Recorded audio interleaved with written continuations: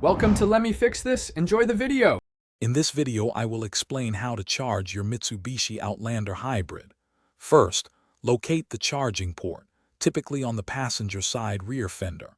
You'll use the charging cable provided with your vehicle or a compatible public charger.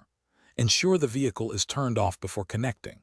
Once plugged in, the dashboard indicator will confirm charging has begun. It's a straightforward process designed for daily convenience, letting you enjoy more electric miles. Let's talk about charging levels. Level 1 charging is the slowest, using a standard household outlet, perfect for overnight top-ups. Level 2 charging, however, uses a 240-volt connection, significantly reducing charge times. This is ideal for home installations or public stations.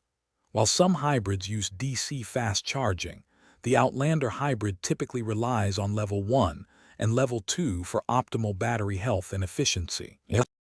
Quick recommendation: if you're finding this video helpful, please hit that like button and subscribe for more content. And on another note, imagine controlling your smart home or playing your favorite tunes while your Outlander charges. Bring your space to life with the Echo Dot smart speaker. It's a fantastic addition to any home. You can find the link for the Echo Dot and other great deals in the description below. Now, let's get back to the video.